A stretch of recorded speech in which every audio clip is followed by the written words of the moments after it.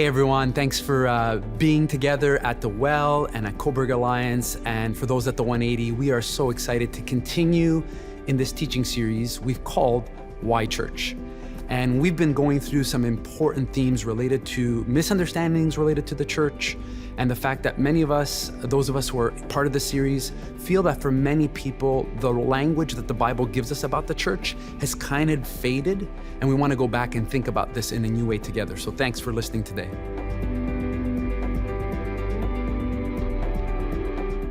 What we've done over the past few weeks is we've tried to go back and think about together some of our earliest church experiences, or ways that we've maybe, spoken about the church that's been more of a distortion or misunderstanding for some people than helpful.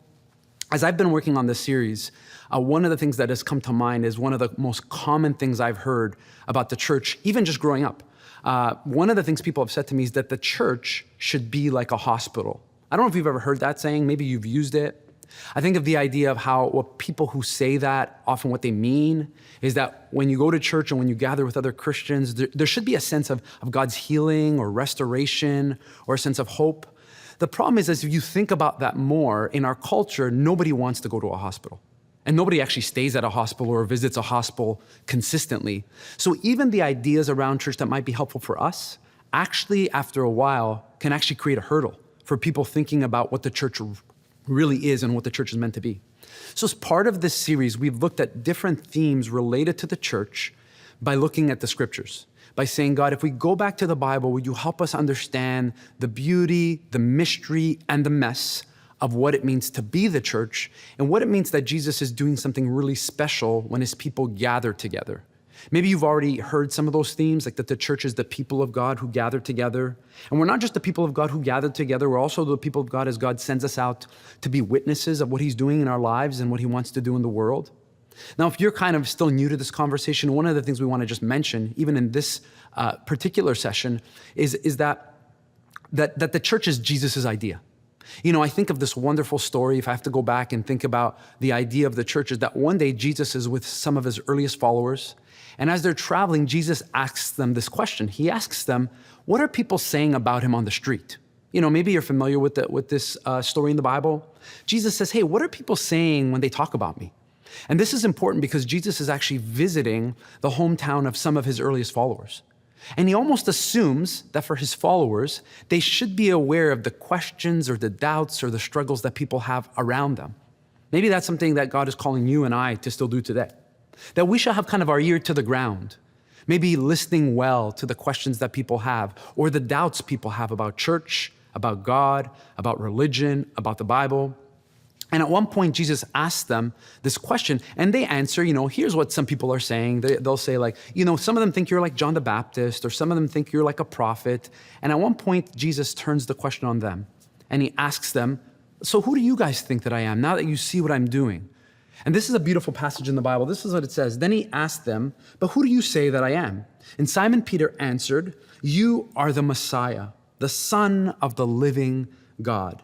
And then it goes on just a few verses later, and it says, Jesus says, now I say to you that you are Peter, and upon this rock I will build my church. Like the idea of church is actually Jesus's idea, and it's connected in the Bible to this moment where they realize, or Peter at least, the first one realizes, that God has revealed to him who Jesus really is. And so I want to just keep together this tension because one of the things we're feeling, and I felt this, and maybe you're aware of this, is that it's easy to separate liking Jesus but not liking the church. And this is very, very common, and some people have great reasons for this. But if we're going to let the Bible guide us, and we want to do that, we want to come back to the fact that when Jesus talks about who he really is and when that revelation becomes available, Jesus soon talks about this church that he is building. That he's building not only in the witnesses and the earliest voices of the apostles, but he's going to continue to build in light of those who are going to come and say yes to Jesus and worship him as Lord. Now, if you're thinking about, the idea of the church, I often think about what kind of church is Jesus building? Like if you had to hold that question. Now, at our church, at the 180, if I told people that I was building anything, they would laugh. They would actually make fun of me because they know something about me that, some of you might not know. And that's that I hate building anything. Like I'm horrible with tools. I go to Home Depot, I'll get a rash. I just can't handle building things. And so if I built something, and I said to you, hey, you should go into this thing that I built, you'd be like, is this like reliable, Dom? Like, are the walls gonna hold up? But now you hear that Jesus is building something. What words come to mind? Is the thing or this church that Jesus is building, is it reliable? Is it growing? Is it expanding? Is it healthy? Is it restoring the things that it comes into contact with? Like, these are the kind of images that I hope you're feeling as you think about the church that Jesus is wanting to build through us is actually more beautiful, more stable, more expanding, more influential than anything we could ever imagine. If you're taking down notes, you might want to remember this, that Jesus is not building a church because he needs a church. God is not building a church because God needs a church. Jesus is building the church because he knew that we would need the church. This is an important idea for us, that Jesus is building a church, not a church that we want, but a church that we need.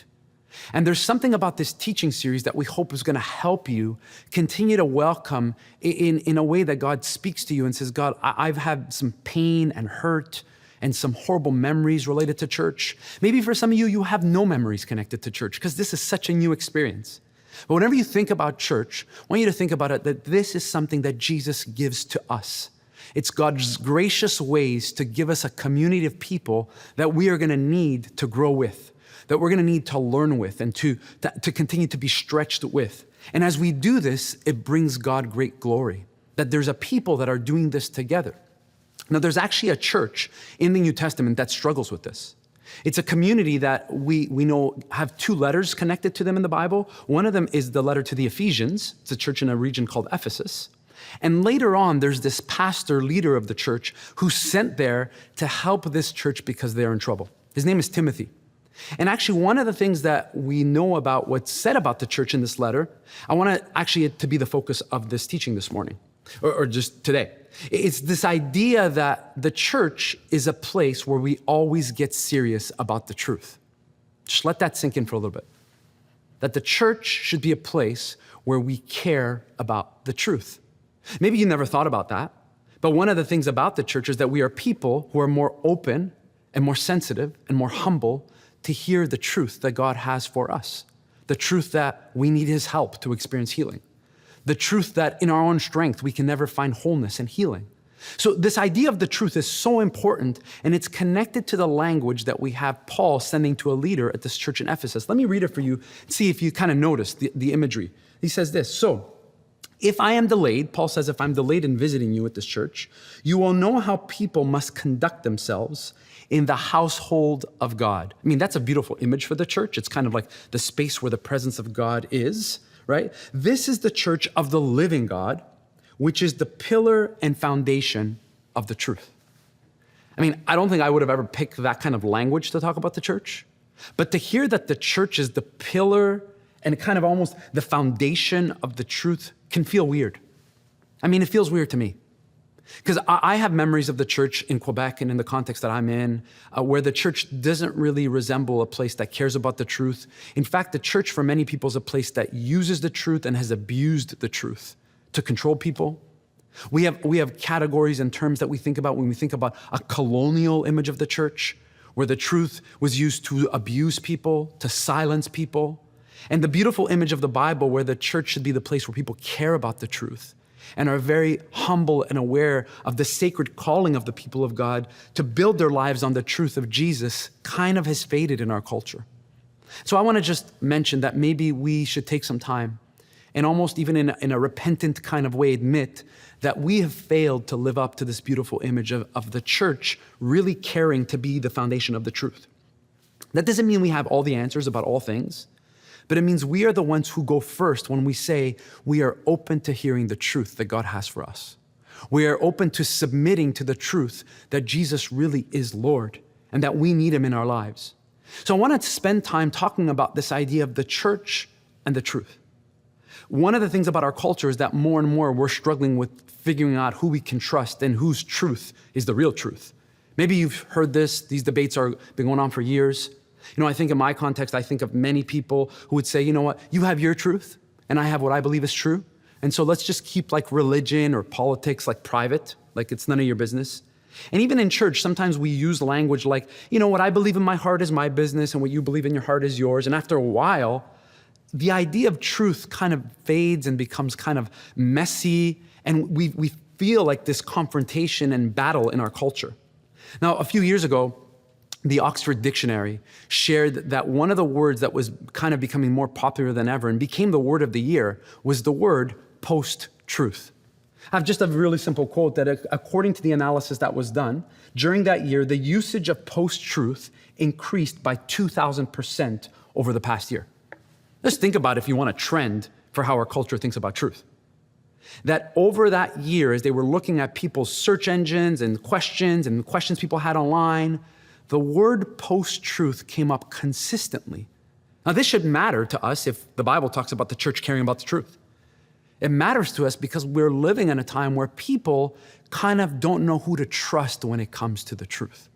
And so the word post-truth is not a word maybe you use all the time or you hear often. What it actually means is that we're moving into a season, or we have been moving into a season, where the idea of truth is so personalized that nobody can tell you what to believe. Nobody can tell me what to believe. And after a little while, without realizing it, even if you're a Christian, you start to embrace a post-truth view of the world, meaning that truth is whatever we want it to be. And it's based on how we feel. Now, I grew up in a church where this was kind of common just because I saw so many different Christians in different churches. Maybe you live in an area or you're watching from an area where there's so many different church buildings, often we'll say different denominations of churches. To people in our culture, that almost looks like that the church believes in all these different kinds of truth. And that whenever Christians disagree on a truth issue, they just start another church. So we might have to admit that there's something about our post-truth culture that is actually impacting our churches as well. And I also grew up in this kind of context where oftentimes when we thought about post-truth or believing your own truth, or everybody can just make up whatever they want to be the truth, I grew up in a church where it was easy to always talk about the culture in that way and never get honest about that problem in the church. Can I just encourage you to think about the fact that if we're going to get serious about the truth, we have to be those who consistently hear and welcome the truth of God's word in our churches before we ever gain any credibility to talk about the truth with people who don't believe yet. Jesus actually uses the word hypocrite for people who ignore that, who think that our job is to just yell at people in the culture and just tell people how they don't care about the truth and how we're right and they're wrong. This kind of sells books today. It fills stadiums and discussions, but it's not how the Bible talks about the church. The Bible talks about the church as being those who gather and who care about the truth. And we do this because Jesus actually uses this phrase when he talked about himself. He actually said, "I am the truth and the life and the way." And some of you know this. I want to just turn our attention to the fact that the truth is so important for a few different reasons. And if you have a Bible, you know this. One of the important reasons is because Jesus says that the truth will set us free. Just think about that. I think of people that I know in my family and in my life who feel the pressures of the world, the anxieties of the world. And when they think about the truth, they hear about being right or being wrong, not being free. And so Jesus almost changes the conversation around this idea of the truth. And he'll say that the church that I'm building is where you'll meet people who have been set free because they've taken my truth seriously. The other thing is, like I mentioned earlier, is that Jesus says he is the truth. Christianity is very unique as a religion in that sense, that the truth is not just a book, it's not just an experience, it's not just an idea, it's not just a feeling. The truth is a person. And that's embodied in its fullness in who Jesus was as he came and lived among us. The last reason I want to just kind of hold a little bit of this idea that the church should care about the truth is that the Bible tells us that the devil is a liar. The Bible actually calls the devil the father of lies. And so if there's anyone who hates the truth more than anyone, it's the devil, who doesn't always even just ignore the truth, but he distorts the truth enough that we're like, we can't really tell like what is that is fully true or what's for us or what's not for us. And this has been a pattern that you read about as you read the Bible. So it should make sense that if Jesus is building something, he's building something which cares about the truth. So I want us to think about that together as we think about this sense that Jesus is building this church in which the truth really matters, and that the truth matters in such a deep way. And I want to do this for the rest of our time together by looking at two specific ways this matters. One is that the church that cares about the truth cares about what we believe as the truth. And the church that cares about the truth cares about the truth about how we behave as those who love Jesus, who is the truth, right? Just two simple ideas. Simple to think about, hard to live out. So just begin with the first one. The church and what we believe as the truth. Now, Christians for thousands of years have tried to use similar language to say these are the essentials of the truth of what we believe. I'm not talking about individual denominations or churches that you like or worship styles or even preachers, but there's this sense that the truth is something much bigger than that. And it's held together by what Christians have passed on over the years as essential to being a Christian. Now, if we're not careful, we think that we get to decide that for ourselves. Or we get to decide that whatever my favorite expression of Christianity is, that's the truth for everybody in the world. And that's just not the case. That when we come back to the Bible tests us consistently and guides us to make sure that what we believe as Christians is aligned with the truth of the scriptures consistently. And so Christians might have different ways they express some different doctrinal truths, but at its core, there's truths that we affirm together with all Christians in the world and come back to those as being those that have been passed on. Some of the language you might have heard even in your church is the idea that we have this creed or this forming way of speaking about the truth that also helps us read the Bible well. I want to tell you about a person you probably have never heard of. His name is Marcion.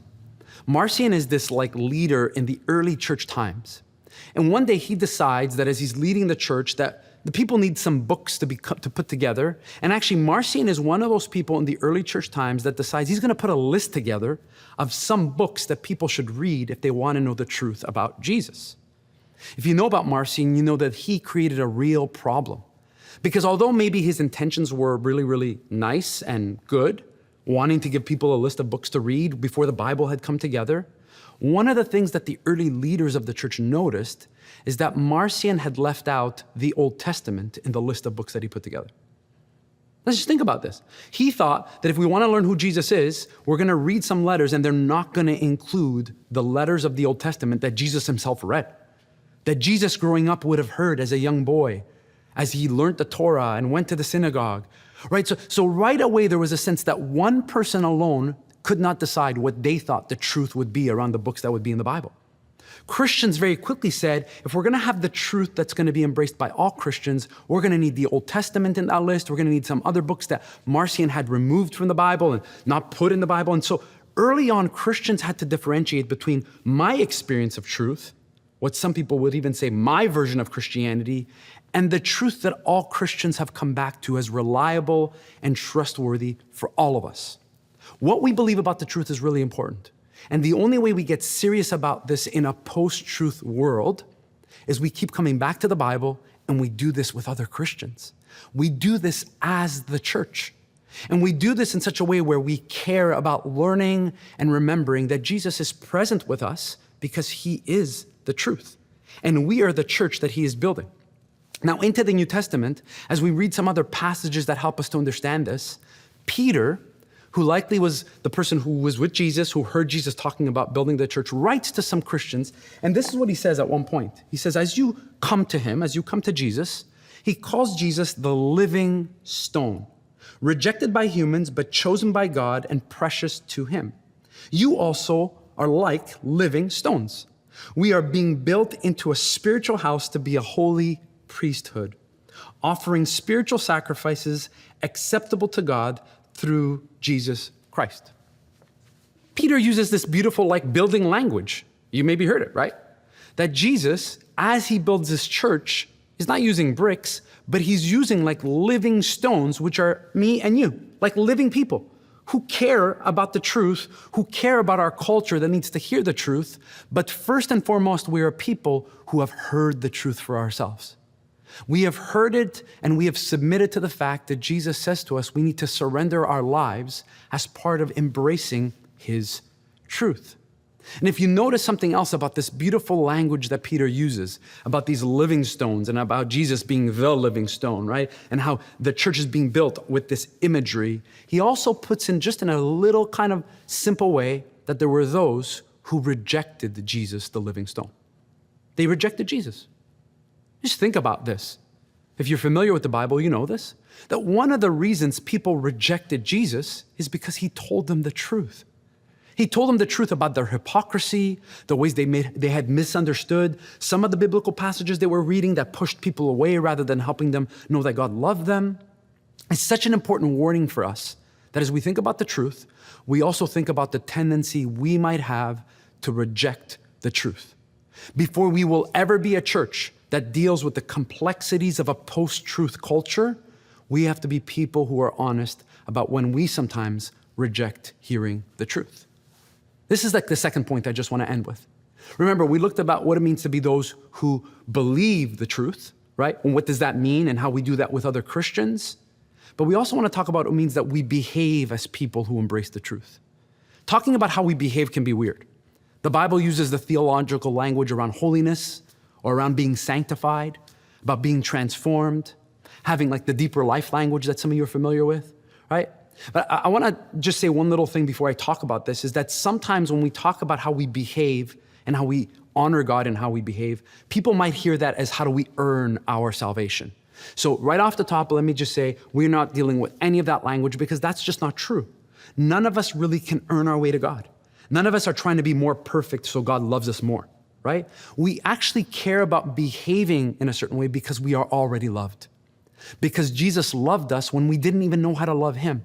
So I want you to have that in the back of your mind, right? Because I want to talk about how we learn to behave as people who accept the truth when we are always aware that there were those who Jesus spoke to who rejected the truth. They rejected the truth not only of who he was, but they rejected the truth about the sinful ways in their lives and the way that they were behaving that violated the very truth of who God was. The Bible actually gives us a section in Matthew's gospel about what happens when there's disagreements, when there's conflict, and when there's sin, where someone's behavior has to be dealt with because the truth is not really being revealed through their lives, at least not the truth of Jesus. Here's the passage in Matthew's gospel. It's very familiar. Some of you have heard it. It says this: if your brother or your sister sins, go and point out their fault just between the two of you. And then it goes on a few verses later. It says, but if they will not listen, then take one or two others along. Some of you maybe heard this passage. It's kind of hard to hear. Has to do with conflict. Not that our churches have that problem today, right? Has to do with how we deal with sin in an honest way. It has to do with how we behave after having been those who welcome the truth of Jesus.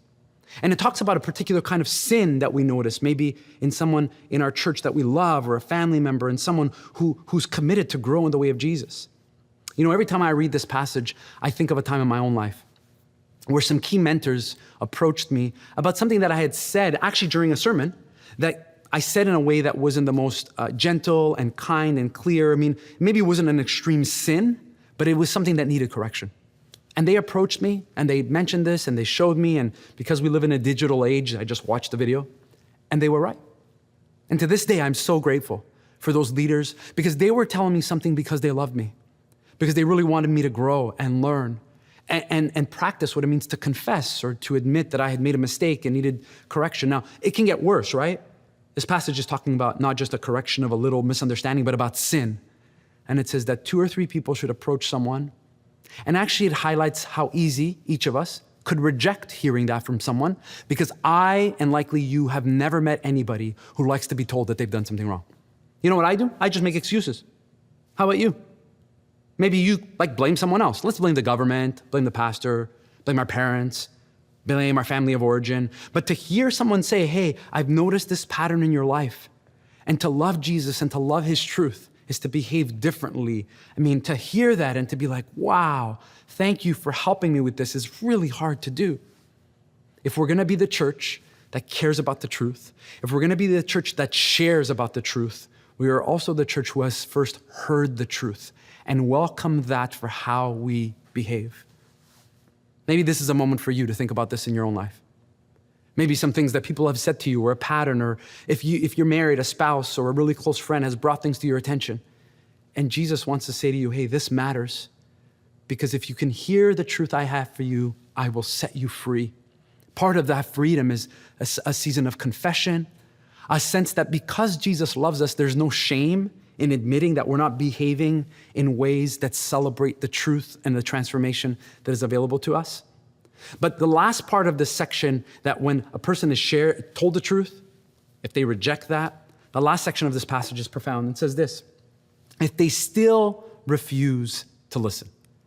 Maybe you hear that language again that Peter already used, right? Those who rejected what Jesus says. Now, people, if they still refuse to listen, then tell it to the church. Again, truly I tell you that if two of you on earth agree about anything they ask for, it will be done for them by my Father in heaven. Remember the context of that. For where 2 or 3 gather in my name, there am I with them. For years, I've heard people use this very passage about where 2 or 3 are gathered together to talk about that as their definition of the church.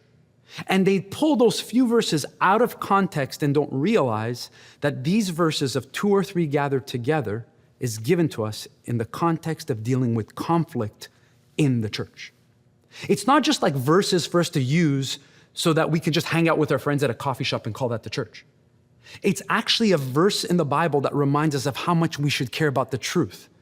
And that when those that we love don't hear that truth and don't embrace that truth and don't respond in a way that honors Jesus as the truth, 2 or 3 should go and should share with them and should pray for them and should remind them that the church of God requires that in our world we become people who not only know what we believe is the truth, but are those who care about how we behave when it comes to the truth. And getting serious about this is one of the most important things we can do in a post-truth culture. Because before we can ever tell other people about the truth, we really must be witnesses of those who've embraced the truth in our own lives.